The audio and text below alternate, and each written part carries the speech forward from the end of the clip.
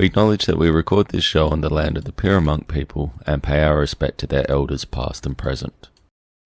Good morning, everyone. Good morning, Liz. How are you? Morning. I'm good, thanks. Excellent. So, I have some bad news. This week I've chosen a paper that isn't about quality spaces. Okay. So we'll give everyone a moment to mourn or turn us off. Instead of quality spaces, I thought we should look at this paper by White, Browning, Garcia, Pellegrin, Davies, Dubois and Clayton, which is a review paper on consciousness in corvids.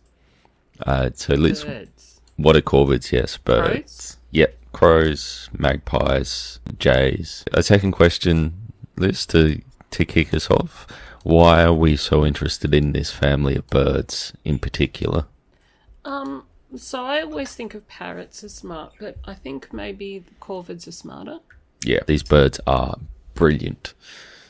Some of the best problem solvers and tool users on the planet. Because of that intelligence, there's already a wealth of studies on the minds of these animals, which White et al. Can draw on. But what's the problem with these birds? Don't know. Yeah, Their brains are heaps different. Brains are heaps different. That's the serious problem. I was just going to say they're not as cute as parrots. Oh, okay, right, yeah. Yeah, who you might be able to hear chewing their seeds in the background.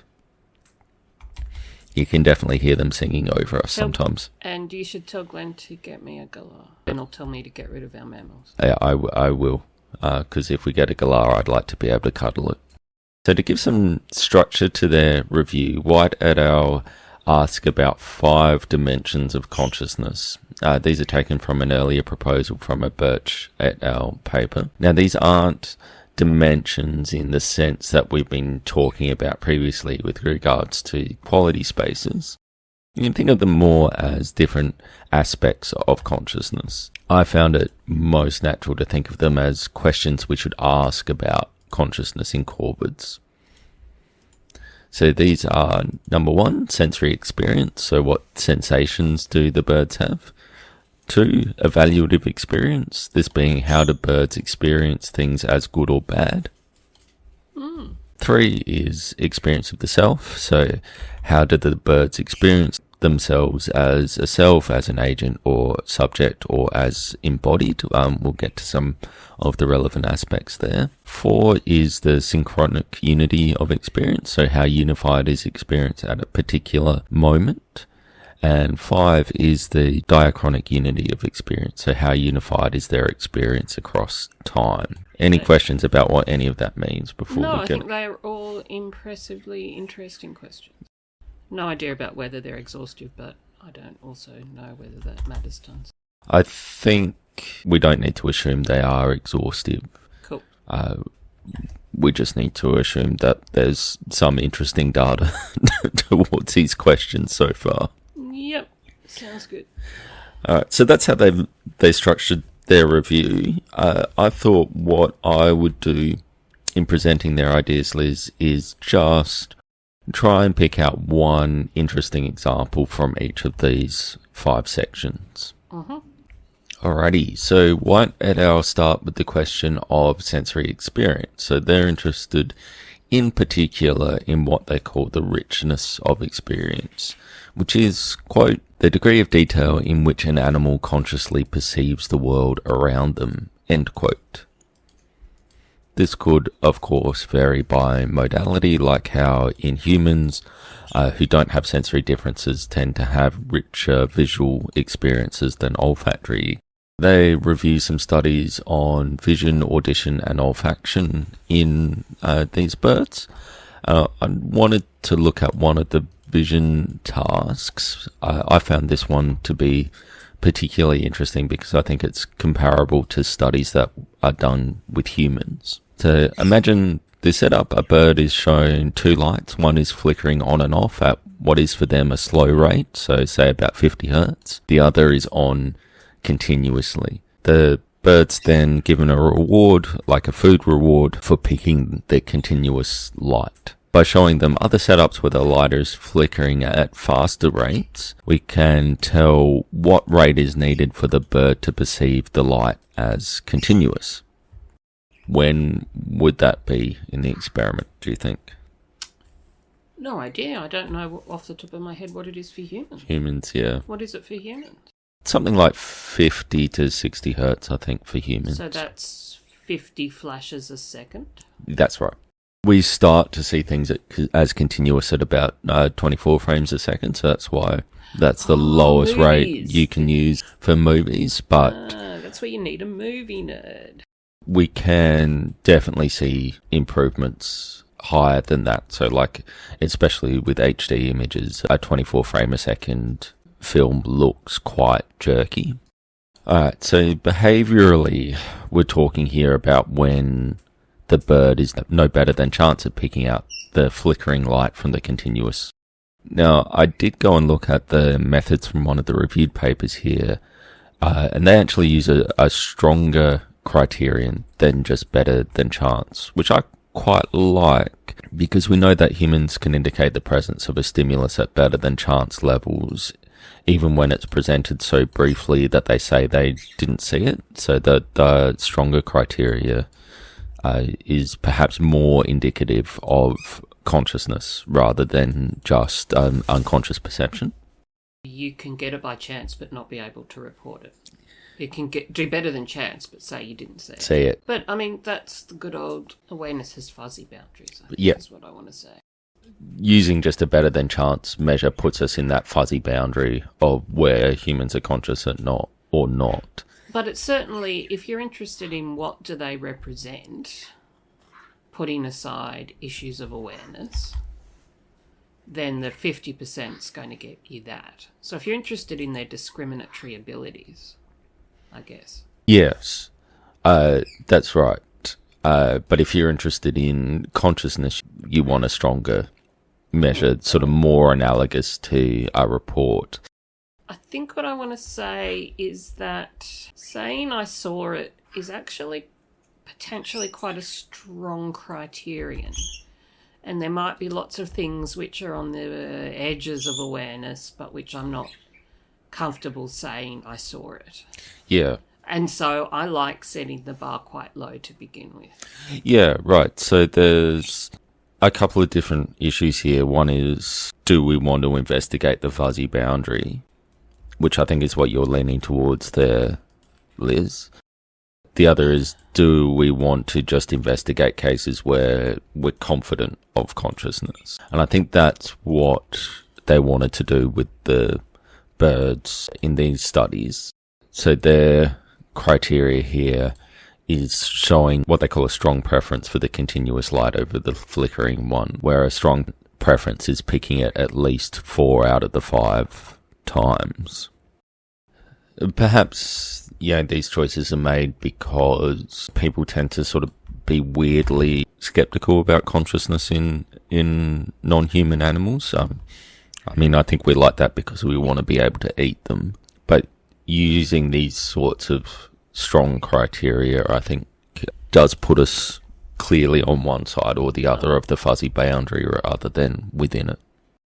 I guess I don't know why 4 out of 5 versus 3 out of 5 matters. But you'd be confident, like, if a human did that, picked the continuous one 4 out of 5 times, you'd be pretty confident in saying that they were seeing that one as continuous and the other one as not. Well, they can tell the difference. Yeah. Is telling the difference sufficient for consciousness? I don't know. I mean, I'm inhabiting a skeptical position that I don't believe.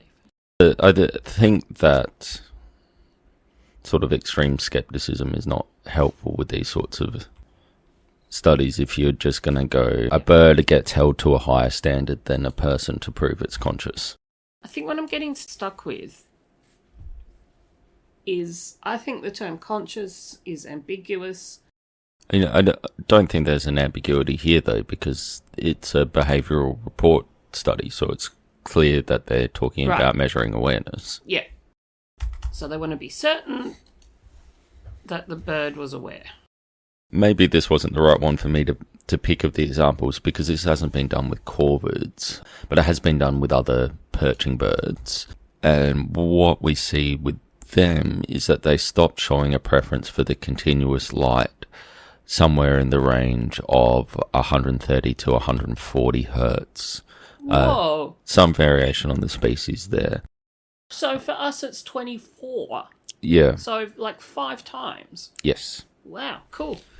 Yeah, so 24 hertz, we start to see it as continuous, but it's more at the 50 to 60 hertz range that we would show no preference for the continuous light. So double. So there's much greater temporal resolution in their experiences here, as suggested by these. Now, like I said, White et al. Say that there haven't been studies on this with corvids, but we do know that Eurasian jays can use videos at 120 hertz to guide their behaviour. So we're probably... What does that mean? Yeah, I wasn't super clear on that, and that wasn't a study that I went and looked at more, which I probably should have done, because that's a good question. Yeah, I would like to know more. More on that, yeah, I should have looked that up. That's my bad. Anyway, from the flickering light studies, I think it's fair to say that perching birds experience vision as more detailed in time than humans, that visually they can distinguish faster changes in the environment than we can. Mm-hmm. The temporal resolution is finer. Next, we're going to turn to the second question, which is about evaluative richness. So here, White et al. Are talking about how the birds experience things as good or bad for themselves. The side term for this is valent. So here, things that are experienced as good for the self are called positively valenced, and things that are experienced as bad for the self are called negatively valenced. In humans here, we're talking about feelings of emotions or of pleasures and pains. Yum, yuck. Yep, that sort of stuff. The question is, what sort of evidence speaks to the richness of a corvid's valenced world? How much do you have to change something to make it go from yum to yuck? Yeah. Or how strong are their preferences or something? And how icky does it have to be for them to stop eating it? Sorry, I'm thinking of all horrible experiments. Yes. Let's not torture birds. Birds are our friends.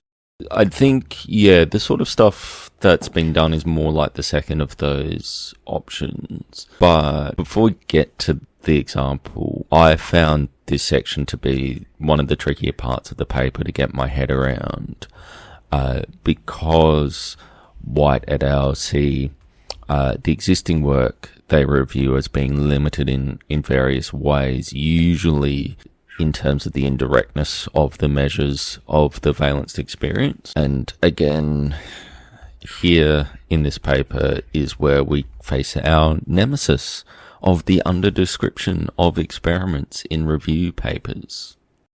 I thought, because of the limitations that White et al. Identify, that the most interesting thing from this section is actually what they suggest for future work.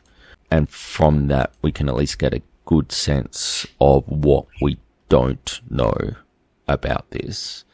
So how does that sound if I go through that suggestion? Sure, I don't know until you do it and I get confused. Yeah. It's hard to, ask about good and bad feelings when we don't have linguistic report. The suggestion that White et al. Make is to start looking at the ability of birds to make motivational trade-offs. So to compare 2 or more choices and then select one. That's the thing I was trying to say. That's the sort of thing that you were trying to say. I thought so. So what sort of choices? The example they give is that, and this comes from an actual observational study, is that birds in the wild, these birds will have sort of strict dominance hierarchies, and they'll respect this when it comes to coming out of shelter to get food. The dominant bird will leave shelter first to try and get the food, and less dominant birds will tend to hide when the dominant bird is around so they don't get attacked. But there comes a point where the less dominant bird gets hungry enough that it will come out and risk being attacked. Now, there are wild observation work with ravens, hooded crows, and magpies that all suggest they could be making these evaluations where eventually less dominant birds come out and apparently risk being attacked to get to a food source. And But is the idea that they'll risk getting attacked for better, yummier food? Or they'll play it safe and go for the ickier food so the boss bird won't get cranky?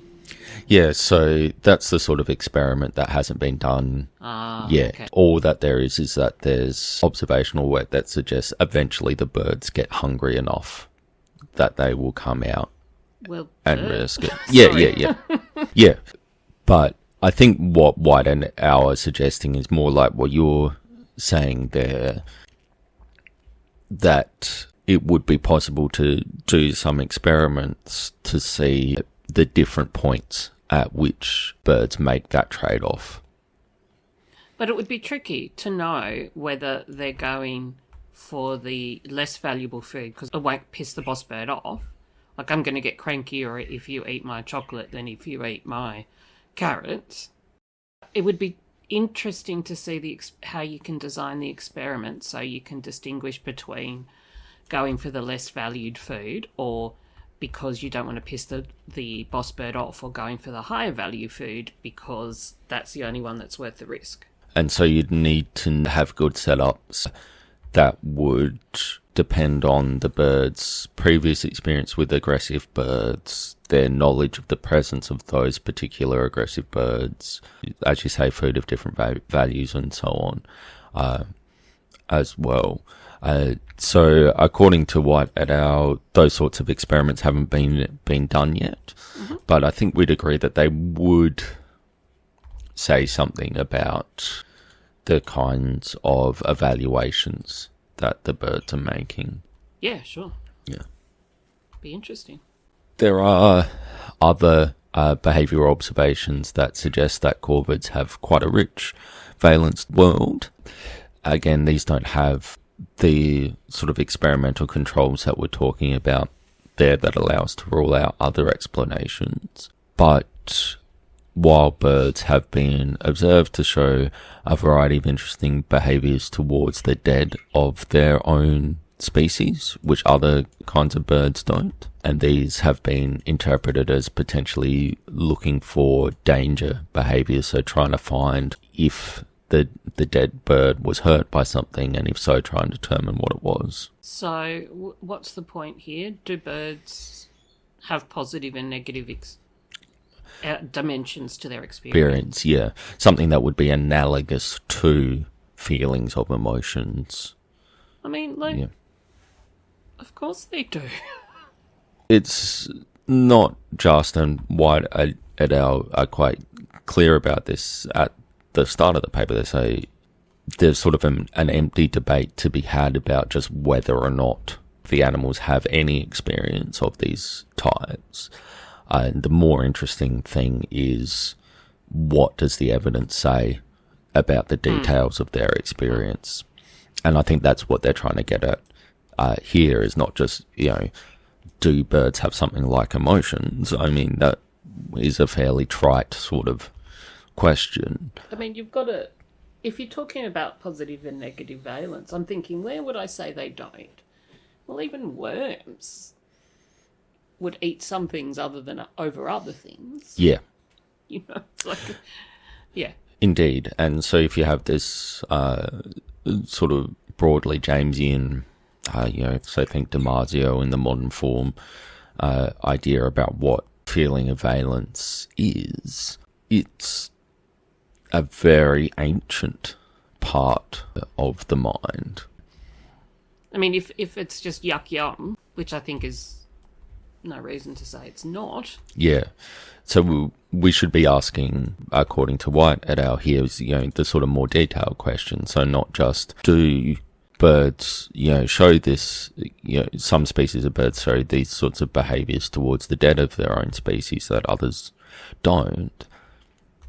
Sure, interesting as far as it goes, but a more interesting question is something like, do they show different responses towards the death of familiar birds as opposed to an unknown bird of the same species? So that's the sort of thing that we want to get to. But I think very clearly from those two examples, and certainly my reading of the rest of the examples they give there, we have more questions than answers about the details of these birds' evaluative experiences. Mm-hmm. Having lived with birds, they frickin' love millet a lot more than they love other seeds. You could see preferences in what they will consume. Yeah, so we're happy to say that birds have preferences like that. All sorts of birds would, as you say, Liz, you'd expect worms to have preferences like that. I think potentially interesting about corvids, given the sophisticated nature of their social structures, is what are their social emotions like? And that's the sort of thing that we might get to when those experiments relating dominance and food preference come to. We might get a clearer idea of how they feel about other birds. So the next section then is on the synchronic unity of experience. So that is some words. So Liz, what's synchronic unity? Synchronic means at the same time. So it's about whether you construct a unified picture of the world across, say, your senses. Yeah. So do you integrate your perception of the movement of the hand of the clock with the sound? Yeah. And does it seem weird when they come apart? Mm-hmm. Would be the test? Yeah. Sort of test? Okay. Yeah. And I'm guessing then, what do they look at? The temporal dynamics of that? If they can distinguish things at 120 hertz visually, what's the frequency they need via audition, say? Interesting. I think that actually sounds a bit better than some of the stuff that they talk about. So the way you set it up was almost word for word how they set it up. So that me say the integration of experience at a moment of time, quote, into a single unified sphere or unique point of view, end quote. Yes, so I was trying to pull apart what a unique point of view might mean. The approach from White et al. Here is to ask what would be synchronic disunity. So how would we imagine that? So this is easier to imagine synchronic disunity from the outside than the inside. Yes. So from the outside, you're just looking at a complete functional dissociation, say visual information never interacting with auditory information. So they're going to suggest that split brain subjects have a synchronic disunity. Do they? In their experiences. Well, yeah, do you want to just run us through quickly what your memory of a split brain is? Is that the conjurotomy where they stick the needle up your nose and cut your brain in half? Yeah. Okay. So it's done for medical people who have really bad epilepsy. So that's wonky activity spreading throughout the brain. They'll cut the connection between the brain so the wonky electrical activity can't spread and it reduces the severity of the seizures. And if you cut the brain in half, so usually language is localised to one side, so only one side of the brain can talk to you, so to speak. But you can get the other side of the brain to, say, report via gesture. And what they found was that so usually language is on the left hemisphere of your brain, which means it will tell you about information which is coming into the right eye. So if you show the right eye one thing, so right eye can tell you what it sees, left eye has to point. So if you show the left eye something, the right eye will say, I didn't see anything. But if you ask the person to point to what they saw, then they'll point to it. Now, this is interesting in the case of birds because birds, as we know, have, quite different kinds of brains to mammals. And what the neurophysiologists tell us is that birds don't have a brain structure that's analogous to the corpus callosum. Cool. So they don't have this set of connections between the hemispheres of the cortex. Do they have two hemispheres? They do, yeah. But they're not connected. There's not a bunch of wires running between the two sections. Yeah. Halves. And importantly, not between the two cortices, right? So they still have a lot of subcortical connections between the hemispheres, but they don't have this large-scale hemisphere-to-hemisphere connection of the cortex that you see in mammals. So how inaccurate would it be to say that their brains are always split? So this is the sort of thing that people are suggesting. Right. But there is large-scale hemisphere-to-hemisphere connection in those parts of the bird brain that are analogous to the subcortical regions in mammals. So the split brain stuff's interesting because information can leak via lower levels in humans. So they're not entirely isolated. It's just what information can the remaining connections carry. Look, I don't know much about bird physiology. I would say, given the journal that this paper is published in, this was published in Animal Cognition, so you would think that if they got the physiology wrong, they would have been slapped down by reviewers in this journal. So I'd say they probably are right. This is interesting because some people have used this physiology to suggest that corvids have a sort of partially unified consciousness at a particular time. And the unification here seems to be about this idea of is it to have a unique point of view. So they're suggesting that there's sort of like perhaps more than one subject. There's a lot to be said about what is it for there to be a particular subject. Yeah.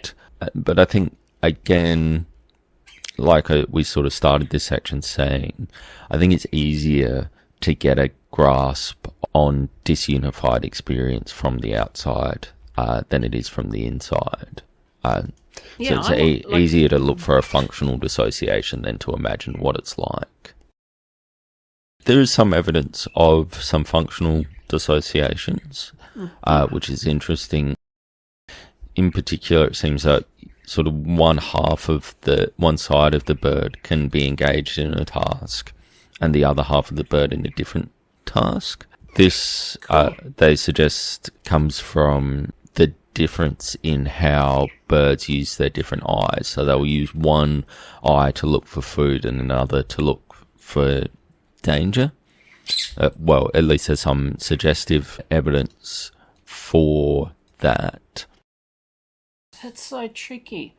So I was thinking I can use one hand to rub my tummy and the other hand to pat my head, but that doesn't mean I'm having a disunified experience. Right. Or I can be eating food while looking in my peripheral vision for somebody coming, oh, I don't want Lacey to know that there's this yummy food because then I'll have to share it with her. So, right. I can be focusing on the food and also on my peripheral vision or whatever. Yeah, good. So the level of specialization here is higher than that. Okay. So there's observational evidence that if a task requires that they use spatial cues, so location of things, that corvids will use their left eye for that. But when they need to use cues that involve particular object recognition rather than location, they use their right eye. And if you cover up the eye that they want to use, do they then fail at the task?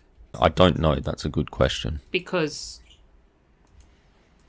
That seems to me to be more definitive. It would be. The mere presence of a preference doesn't show that the processing can't.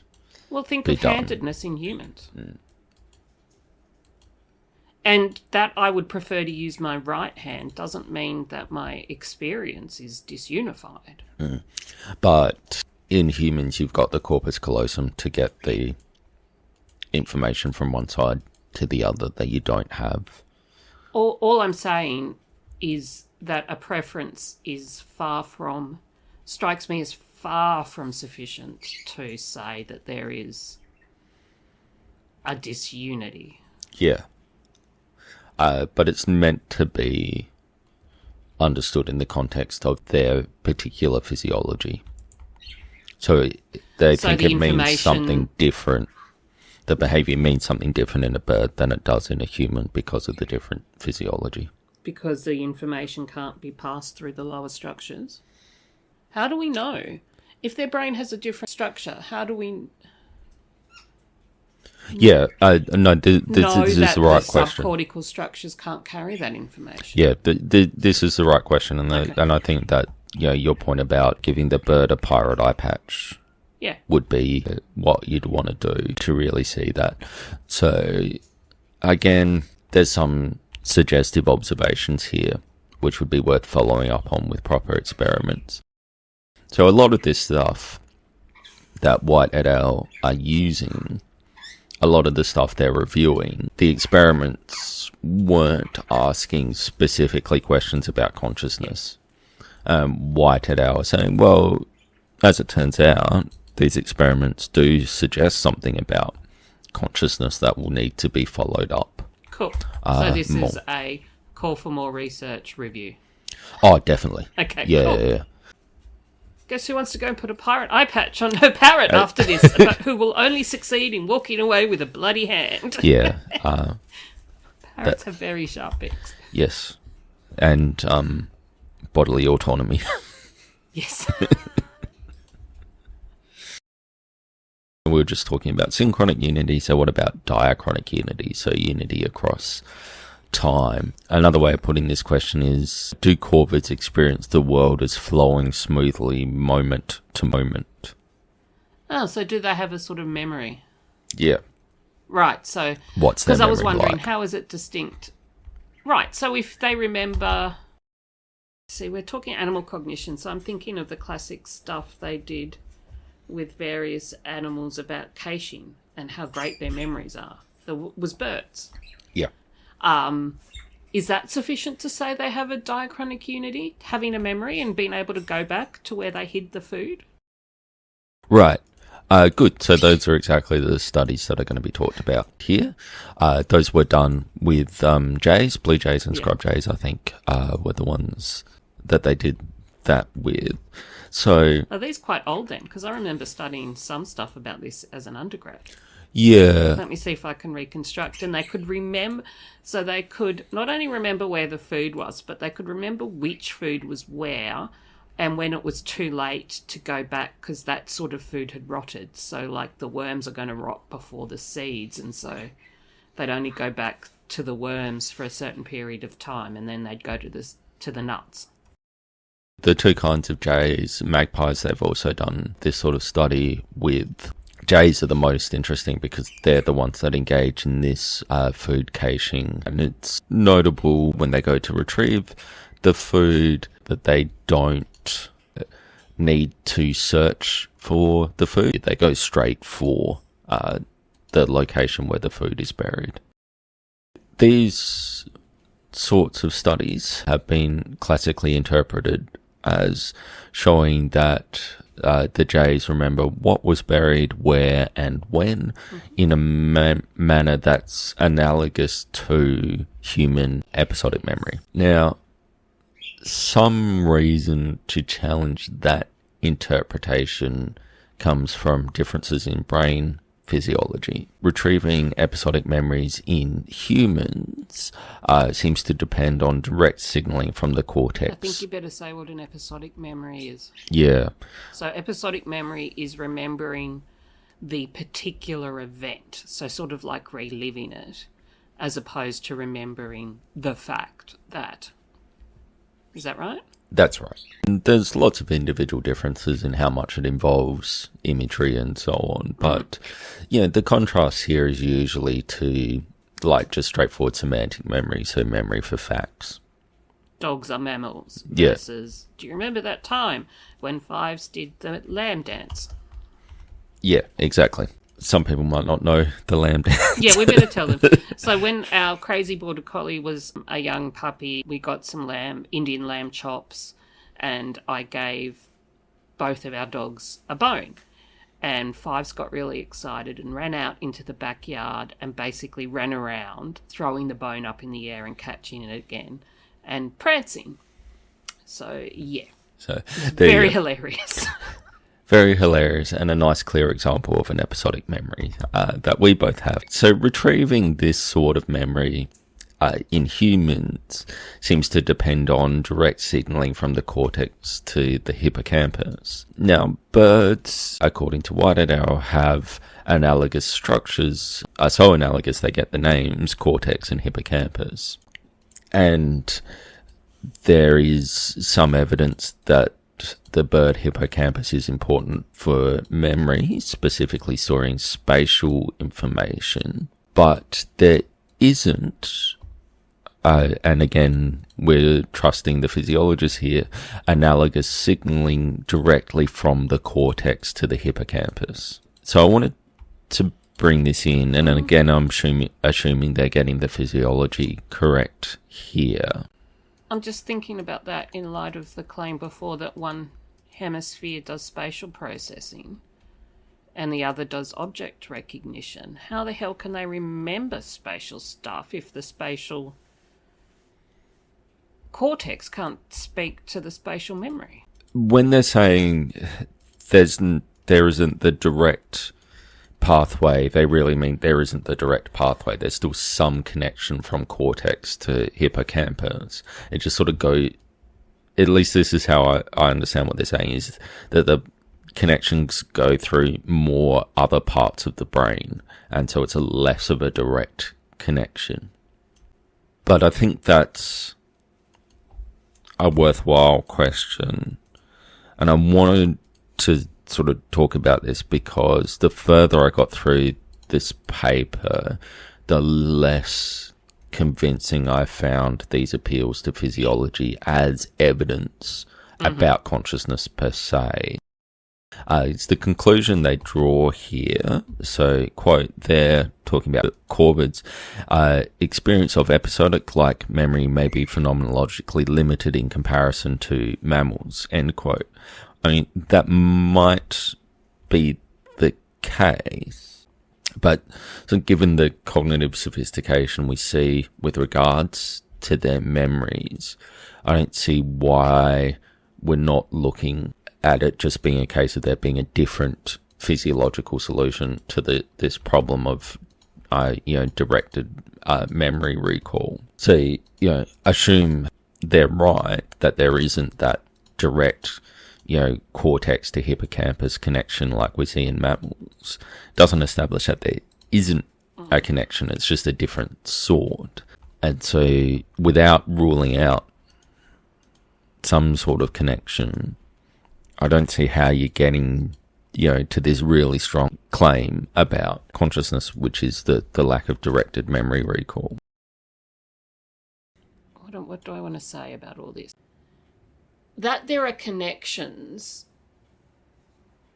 is one piece of evidence, but it's not sufficient to tell you what information can flow along the connections. You need to do some fairly sophisticated and fairly horrible cutting connections between bits of the brain experiments to work out what information flows. I was thinking something similar, that not that we'd have to do the lesioning studies, but, given the way that the connections are set up differently, you can do like the eye patch sort of study that you were talking about, Liz, and see if that, completely blocks them from getting certain kinds of information or impoverishes it in some way or makes it take longer or what have you. And that sort of cognitive study would be more informative than just looking at the physiology.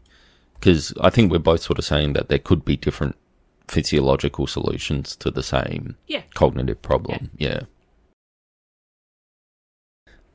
All right, let's jump to self-consciousness, because that's the fun part. So, Liz, here's an easy question. What's self-consciousness? It's being aware of yourself, for example, your body, as distinct from other things. That's my first stab in the dark. Yep. How'd I go? Did I hit something? You did. And that's one of the two aspects of self-consciousness that White et al. Are going to talk about. So that's a sort of body-world distinction. What's my body as a particular thing in the world? The other aspect they talk about is the self-other distinction. So the difference between me and you, which is particularly a mind-mind distinction. Me and you. How do you tell the difference between those two? Yeah. Okay. That's the question. Yeah. And so with that latter part, they're particularly interested in what is sometimes called theory of mind. Yeah. So here's the second easy question for this section, Liz. What's theory of mind? It's the idea that other entities can have mental states that are different both from yours and from how the world really is. So really what White et al. Are focused on here is the attribution of mental states in that sense. So mental states, but to others and to ourselves. So we're trying to understand what others are thinking, and we're trying to understand what we ourselves are thinking. This is the part that White et al. Spend most of their time on, less so on the body-world distinction. One example, which I just found painfully adorable, involves Eurasian jays. So male jays will bring their mates food, and when they have a choice of what food to bring, they choose food that they have previously seen their mate eat. No. Yeah. So corvids can be as adorable as parrots after all. What's a bit more compelling in terms of understanding this attribution of mental states to self or other is the strategies that jays use to protect their buried food. Birds that have never stolen food from another bird will bury their food once and then leave it.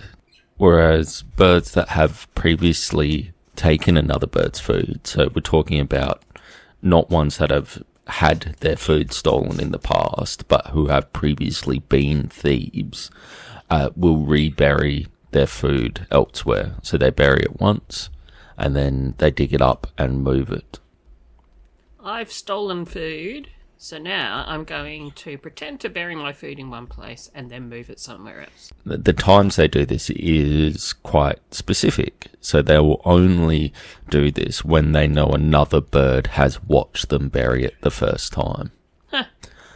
So this particular pattern of behaviour suggests that the bird generalises from their own previous thievery to the behaviours of others, and that they keep track of what others know. I think why this is particularly interesting is because it's not like the bird is just learning from the negative experience of having its food stolen. Yeah. It's learning from what previously has been a rewarded behaviour for it. Cool. Yep. That it's gotten other food. But it's learned to put itself in the point of view of the bird that it stole from. Yeah. That is pretty cool. Yeah.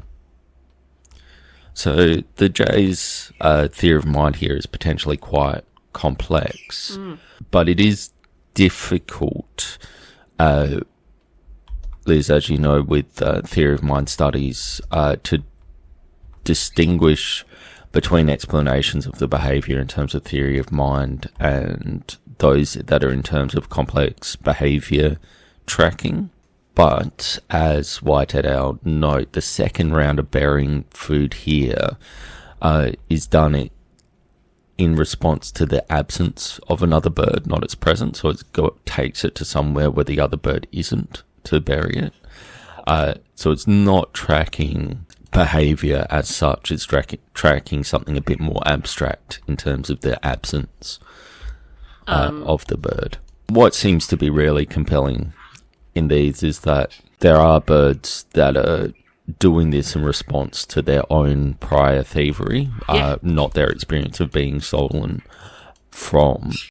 So it seems that's pretty good evidence that they're generalising from their point of view to another's. Yeah, no, it's quite compelling. Yeah.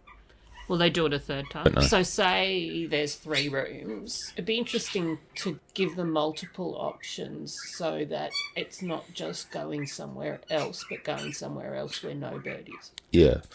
So rather than just going to another room, they've got 2 rooms to choose from, and one of those rooms has a bird in it and one of them doesn't. Yeah. That would be harder to argue against. That would be very hard to argue against theory of mind explanation of that. I don't know if that's been done. I didn't go and look up the original study. And then it would be cool to do more stuff, like, do they track whether the other bird is a thief?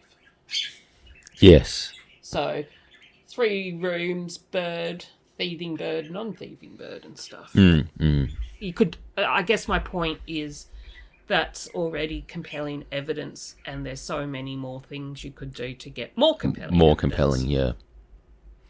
Yeah. But I think that's pretty good evidence as it stands, that the bird generalises from its own point of view to another's. That's pretty cool. Yeah. I think what I find particularly compelling about that I've stolen, so I'm going to make sure people can't steal from me, is it shows quite a rich understanding of their own behaviour. Like, so they need to be able to go for, like you were saying, from what I did to what other birds might do to me. And so they need to have a conception of both themselves and other birds as agents. Okay. So we've had one study or a little bit of evidence for each of the 5 dimensions of consciousness, the 5 questions White et al. Asked about Corvid consciousness. So what have we learned? What do you think, Liz?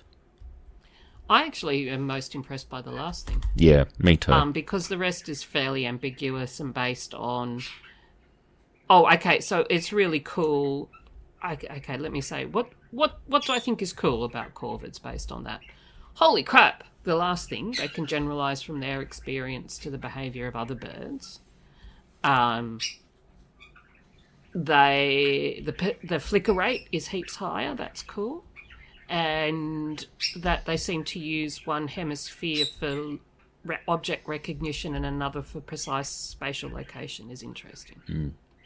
I'm a bit worried about the way in which some of the inferences from physiology to content are made, and I would like to see more data about what does and doesn't flow through the connections. Yeah, I think what we can say, to be fair, is that those 2 that we find the most compelling are the ones where the facts about the bird's consciousness are tested the most directly. Yeah. And so they're obviously going to pick out the thing that, you and I are most interested in for the purposes of these discussions. And I think it's fair enough to say that with the other aspects, particularly around memory and synchronic unity, that the memory stuff's cool, but I learnt that as an undergrad, so it's not a bit familiar. Yeah. For those things that we have more questions than answers. Which is fine. That's where White et al. End up as the conclusion of their review, and I think that they're really trying to push for more research, especially in terms of the evaluative stuff, so the positive or negative valence, which is good. That's a great thing to push for. Hopefully they'll do some of the research themselves, and we'll see more in coming years. All right, with that, let's call it a day. Thank you all. Thank you, Liz. Bye.